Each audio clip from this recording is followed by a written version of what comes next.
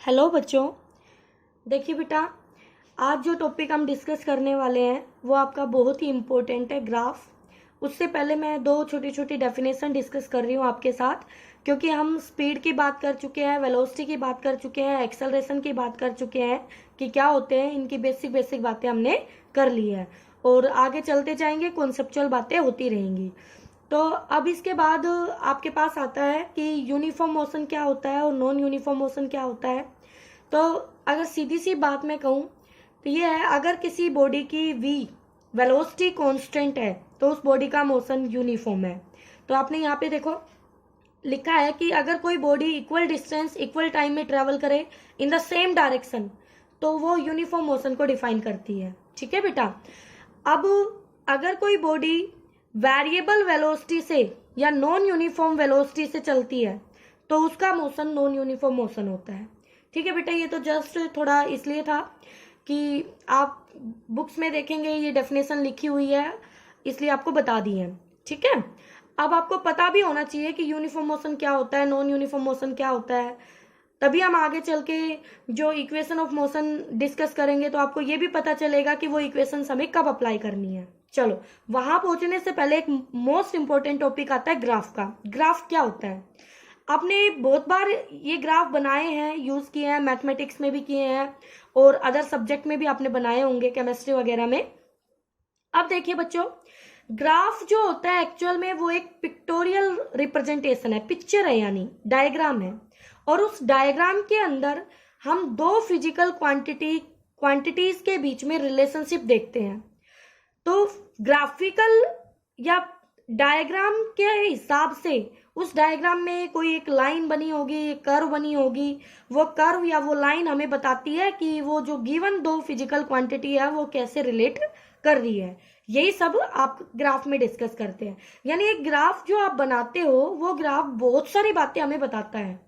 तो यही हमारे हेल्प करेगा काइनेमेटिक्स में मोशन को डिस्कस करने में, कि एक जस्ट एक ग्राफ की हेल्प से आप बता पाएंगे कि एक बॉडी रेस्ट में है, कि वो बॉडी यूनिफॉर्म वेलोसिटी से चल रही है या यूनिफॉर्म एक्सेलरेशन से चल रही है, या उसका मोशन कैसा है। ठीक है, वो बॉडी रेस्ट में है कि मोशन में है, ये सारी बातें हम कर पाएंगे।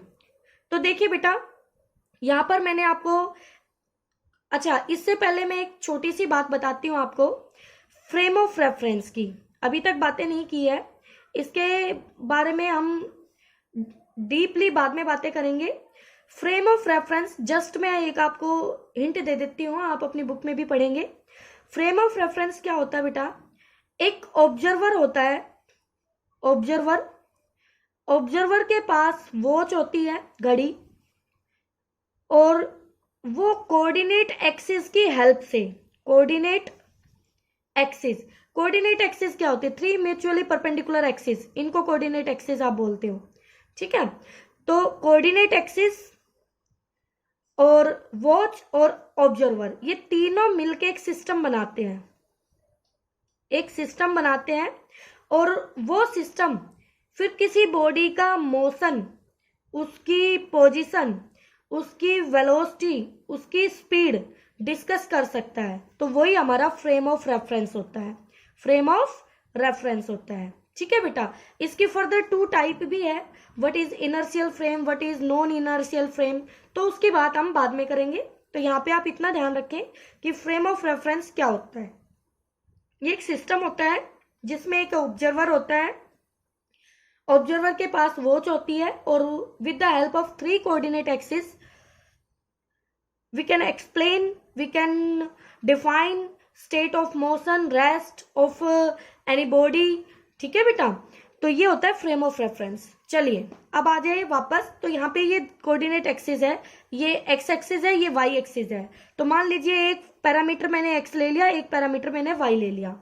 तो यहाँ पर जो एक्स एक्सिस पर हम फिजिकल क्वांटिटी लेते हैं बेटा, इन जनरल कोई हार्ड एंड फास्ट रूल नहीं है बेटा, लेकिन जनरली ऐसा किया जाता है कि हम जो इंडिपेंडेंट फिजिकल क्वांटिटी होती है उसको एक्स के अलोंग ले लेते हैं, तो मैंने यही लिखा है, और वाई के अलोंग जो फिजिकल क्वांटिटी हम रिप्रेजेंट करते हैं वो डिपेंडेंट हम बताते हैं।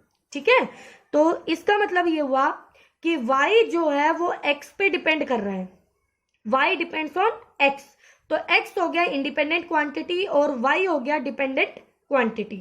ठीक है बेटा, तो ये एक होता है कोऑर्डिनेट एक्सिस। अब इसमें कोई भी लाइन आप ड्रॉ कर देंगे तो वो लाइन हमें रिलेशनशिप देगी between y and x। Okay बेटा, अब देखिए अब क्या है हमारे पास, मैंने यहां पर आपके सामने 3 तरह के ग्राफ शो किए हैं। अगर बेटा ये 3 तरह के ग्राफ आप अच्छे से समझ लेते हैं तो आपके पास इसी तरह के ग्राफ आने वाले हैं, बस फिजिकल क्वांटिटीज चेंज होती जाएंगी, बट जो ये रिलेशनशिप है, ये रिलेशनशिप किसी का भी हो तो उनके लिए ग्राफ ऐसा ही बनेगा। ठीक है, जैसे आपने जो पढ़ा है मैं उसी की बात करती हूँ। V is equal to I R, Ohm's law पढ़ा है आपने? बिल्कुल पढ़ा है मैम। हम कहते हैं current is directly proportional to V, voltage is directly proportional to I। तो V और I के बीच में जो ग्राफ बनाते हैं हम स्ट्रेट लाइन ग्राफ बनाते हैं ना। तो यहां से I डायरेक्टली टू V या V डायरेक्टली टू I आपने किया, तो एक एक्सिस पे I दिखाते हैं, एक एक्सिस पे V दिखाते हैं और उनके बीच में हम straight line graph curve draw कर देते हैं। तो बेटा देखो, क्या ये कर्व ऐसा ही है? बस y की जगह हमने I लिख दिया और x की जगह हमने V वोल्टेज लिख दिया। तो ऐसे ही फिजिकल क्वांटिटीज बदलती रहेंगी, बट अगर जिन क्वांटिटीज के बीच डायरेक्टली प्रोपोर्शनल, देखो इसको बोलते हैं y directly proportional to x, यानी कि y डायरेक्टली डिपेंड कर रहा है x पे। x को डबल करोगे तो y भी डबल होगा, x को ट्रिपल करोगे तो y भी ट्रिपल होगा। तो ये बताता है डायरेक्टली। तो इसके लिए आती है स्ट्रेट लाइन इक्वेशन, ये स्ट्रेट लाइन इक्वेशन को डिफाइन करता है। तो ग्राफ बनता है स्ट्रेट लाइन का। कैसा बनता है? स्ट्रेट लाइन का। तो ये स्ट्रेट लाइन ग्राफ है बेटा। तो ये डायरेक्टली प्रोपोर्शनल में ऐसा ग्राफ आएगा आपके पास। ओके, अगर y x के इनवर्सली हो जाए, इनवर्सली, इसको इनवर्सली बोलते हैं बच्चों, 1/x के, तो x के इनवर्सली है बट 1/x के डायरेक्टली है। अगर यहाँ x की जगह में लिखती 1/x तो ग्राफ ऐसा ना बन के ऐसा ही बनता। ठीक है, कैसे? यहां देख लीजिए, ये आपके पास 1/x और ये आपका y, तो 1/x के डायरेक्टली है। देखो 1/x के डायरेक्टली पढ़ेंगे इसको, तो ग्राफ ऐसे हो जाता स्ट्रेट लाइन। ठीक है, तो अब यहाँ पर x और y में इनवर्सली है, तो इनवर्सली के लिए बेटा हाइपरबोला कर्व आती है, इसको हाइपरबोला बोलते हैं, मैथमेटिक्स में बनता है हाइपरबोला। ओके, अगर कोई क्वांटिटी स्क्वायर किसी फिजिकल क्वांटिटी के स्क्वायर के डायरेक्टली प्रोपोर्शनल हो, तो इसमें मैं आपको एक ट्रिक बताती हूँ, आप वही ध्यान रखना। जिसकी पावर 1 है तो y की पावर 1 है, यहाँ पर y की पावर 1 है, ग्राफ उसकी तरफ मुड़ जाएगा, ग्राफ उसकी तरफ मुड़ जाएगा जिसकी पावर 1 है। तो x की पावर 2 है तो y की पावर नहीं दी, तो 1 ही तो है इसकी पावर, तो y की तरफ ऐसे घूम गया। मतलब हम कंफ्यूज हो जाते हैं कि ये किसकी तरफ घूमेगा। आगे जब इनका यूज होगा तो मैं आपको याद दिलाऊंगी कि मैंने आपको ये बात यहाँ बताई थी। अब देखिए, ये जो कर्व बनती है ये पैराबोला होता है, तो पैराबोलिक कर्व बनेगी।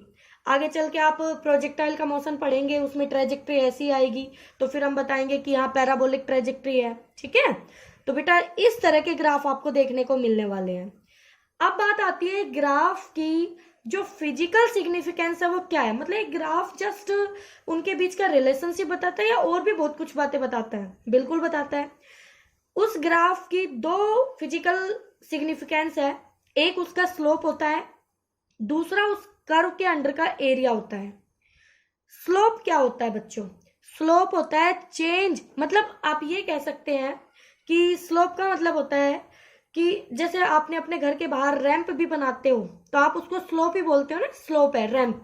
तो वही बात है बेटा कि एक कोऑर्डिनेट का चेंज दूसरे कोऑर्डिनेट के हिसाब से कितना चेंज आ रहा है। मतलब एक्स में मैं इतना चेंज ले रही हूँ, एक्स में मैं इतना चेंज ले रही हूँ, तो उसके हिसाब से वाई में कितना चेंज हो रहा है। तो ये होता है slope, change in Y axis change in X axis का रेशियो। तो y2 माइनस y1 आपने बहुत बार ऐसे लिखा होगा इसको, x2 माइनस x1, तो हम लिख सकते हैं slope delta y upon delta x। बच्चों जो y2 माइनस y1 है, this is y2, this is y1, y2 में से y1 जाएगा तो यही तो बचेगा, ये QR, मैं इसको QR भी तो लिख सकती हूँ, बिल्कुल मैम। और x2 माइनस x1 लिखूंगी तो यही तो बचेगा PR, बिल्कुल मैम PR लिख सकते हो। तो क्या ये इस ट्रायंगल की, अगर ये एंगल थीटा बनाता है ये कर्व पॉजिटिव x के साथ, तो ये भी तो थीटा होगा, तो इस ट्रायंगल की this side upon this perpendicular ही तो हुआ ये, और ये बेस, तो परपेंडिकुलर अपॉन बेस, तो क्या ये tan थीटा बना? बिल्कुल बन गया। तो स्लोप होता है delta Y upon delta X, और दूसरा फॉर्मूला हो गया टेंजेंट थीटा। अगर हमें ये मालूम है तो भी स्लोप निकाल सकते हो, थीटा मालूम है तो भी आप स्लोप निकाल सकते हो। और बेटा ये स्लोप जैसे जैसे थीटा की वैल्यू 0 से इन्फिनिटी चेंज होगी वैसे स्लोप की वैल्यू भी चेंज होगी। तो थीटा कम तो स्लोप कम, थीटा ज्यादा तो स्लोप ज्यादा। ओके, ये बात थी स्लोप की।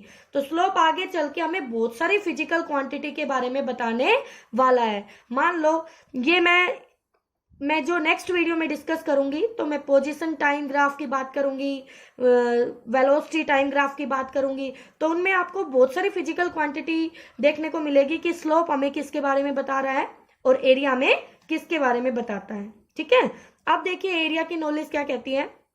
जैसे ये कर्व है बेटा आपके पास, तो इस कर्व के अंडर ये वाला एरिया बनता है, देखो ये एरिया। तो इस एरिया को हम निकाल सकते हैं बिल्कुल ऐसे, इस ट्रायंगल को पूरा करके। तो ये एक ट्रायंगल सी बन गई आपके पास। अब इसका जो ये एरिया है, क्या ये ट्रायंगल का एरिया हुआ? बिल्कुल। तो ट्रायंगल का एरिया होता है हाफ बेस इंटू परपेंडिकुलर। तो बेस एक फिजिकल क्वांटिटी को रिप्रेजेंट करेगा, जो भी आप यहाँ लिखेंगे, भाई डिस्टेंस है तो डिस्टेंस, टाइम है तो टाइम, फोर्स है तो फोर्स। ओके, और परपेंडिकुलर भी जो वाई एक्सिस के अलोंग जो फिजिकल क्वांटिटी आएगी उसको रिप्रेजेंट करेगा, तो वैसे ही वो आ जाएगी फिजिकल क्वांटिटी। तो वहां पे दो फिजिकल क्वांटिटी का जो प्रोडक्ट है वो अगर हमें किसी नई फिजिकल क्वांटिटी की नॉलेज देता है तो वो उसका फिजिकल सिग्निफिकेंस हो जाएगा ग्राफ का। अगर नहीं देता है तो नहीं होगा। हर ग्राफ के दो फिजिकल सिग्निफिकेंस हो ऐसा जरूरी नहीं हो, यानी कि उसका एरिया हमें कुछ ना कुछ एक वैलिड फिजिकल क्वांटिटी के बारे में बताया ऐसा जरूरी नहीं है। तो इस तरह से फिर आप कल देखेंगे कि किसके लिए हमारे फिजिकल सिग्निफिकेंस दोनों होंगे किस ग्राफ में, और किस ग्राफ में एक फिजिकल सिग्निफिकेंस तो सिग्निफाई होगा बट दूसरा नहीं होगा। ओके बच्चों।